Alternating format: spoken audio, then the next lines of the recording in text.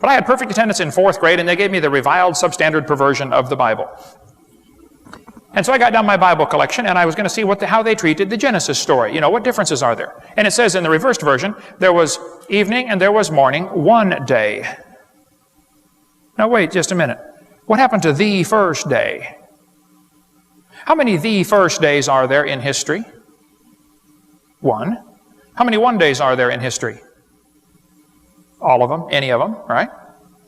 Why did they call it one day? And down in verse 8, they called it a second day instead of the second day. Well, I found out the guys who did the reviled version do not believe in a literal 6-day creation. And just about every other translation available changes it from the first day to one day. You can check it out for yourself. These people, many of them, believe in what's called the gap theory. How many have ever heard of the gap theory before?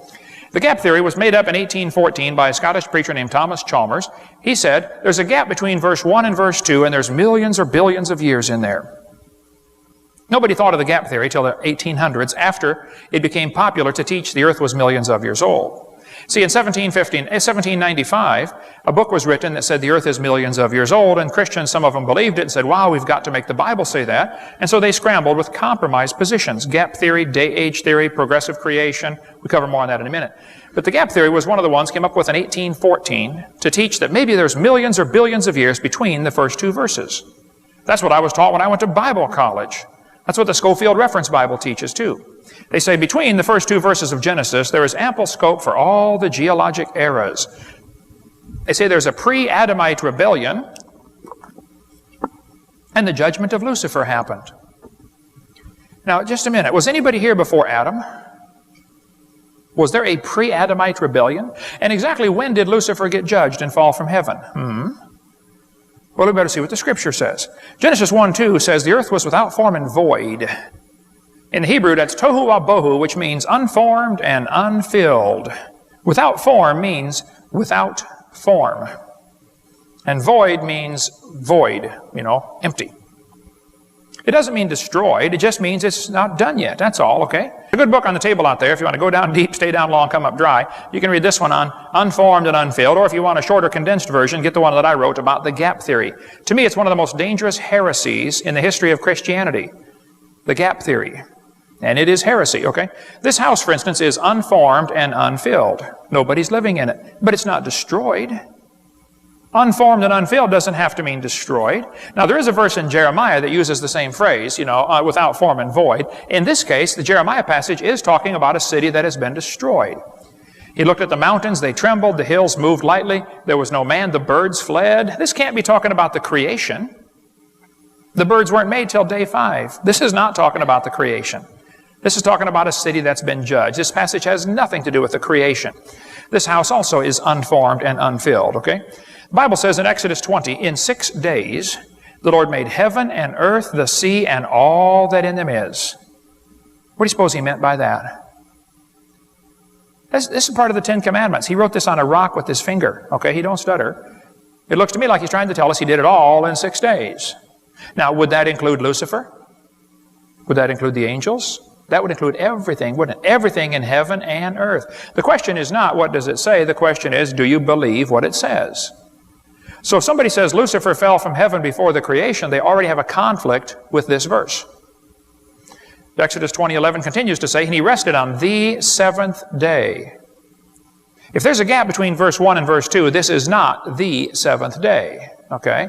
But all through Scripture, it keeps referring to the 7th day. Exodus 31, it's a sign between me and the children of Israel forever. For in 6 days the Lord made heaven and earth, and on the 7th day he rested. The 7th day. It mentions it over and over, the 7th day. Hebrews chapter 4, the 7th day. So, Romans 5 tells us, by one man sin came into the world, and death by sin. Death reigned from Adam to Moses. By man came death. The Bible's real clear. But if the gap theory is true, and it was a pre-Adamite civilization, and they died when Lucifer fell from heaven, you now have death before sin. A clear heresy. Not at all what the Bible teaches. The Bible says death is an enemy. People say, well, don't plants die? If Adam ate the apple, didn't it die? Oh, you better first check out and see if plants are alive. They have no blood, no breath. They wither, they fade. We cover all that on video number 7. Plants are not alive in the biblical classification of things, okay? The Bible says God told Adam to replenish the earth.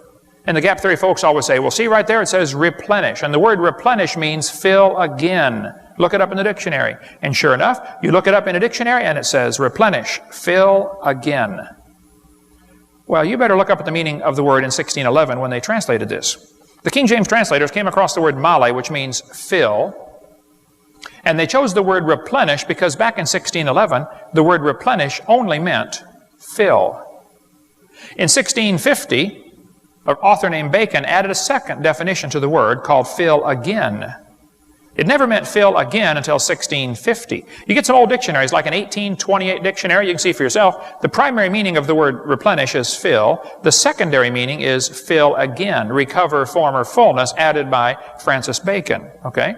Here's an 1891 dictionary. The first definition of the word is fill. The second definition is recover former fullness. In 1892, the dictionary switched the definitions. First one in 1891 is fill. In 1892, the first one is fill again. And the secondary meaning becomes to fill. What happened here? Modern dictionaries changed it again. 1989 only shows fill again. They left out what used to be the primary definition of the word, fill. Here's a 21st century dictionary, replenish, make full again. See, English words change meanings all the time. When I was a kid, the word cool meant not hot. And gay meant happy. Anybody remember those old-fashioned days? Yeah. How would you decipher this verse here? James chapter 2. You have respect to him that weareth the gay clothing. Would you agree that word has changed meanings in the last 30 years or so? And you probably shouldn't say that to somebody today. Wow, you have gay clothing on today. That would not be a good thing to say if you want to keep your teeth, right? Okay. Paul said, I would have come to you, but I was let hitherto. You know, the word let used to mean hindered. Now it means allowed. English words change meanings. You see, God promised to preserve His Word. He did not promise to preserve our English language.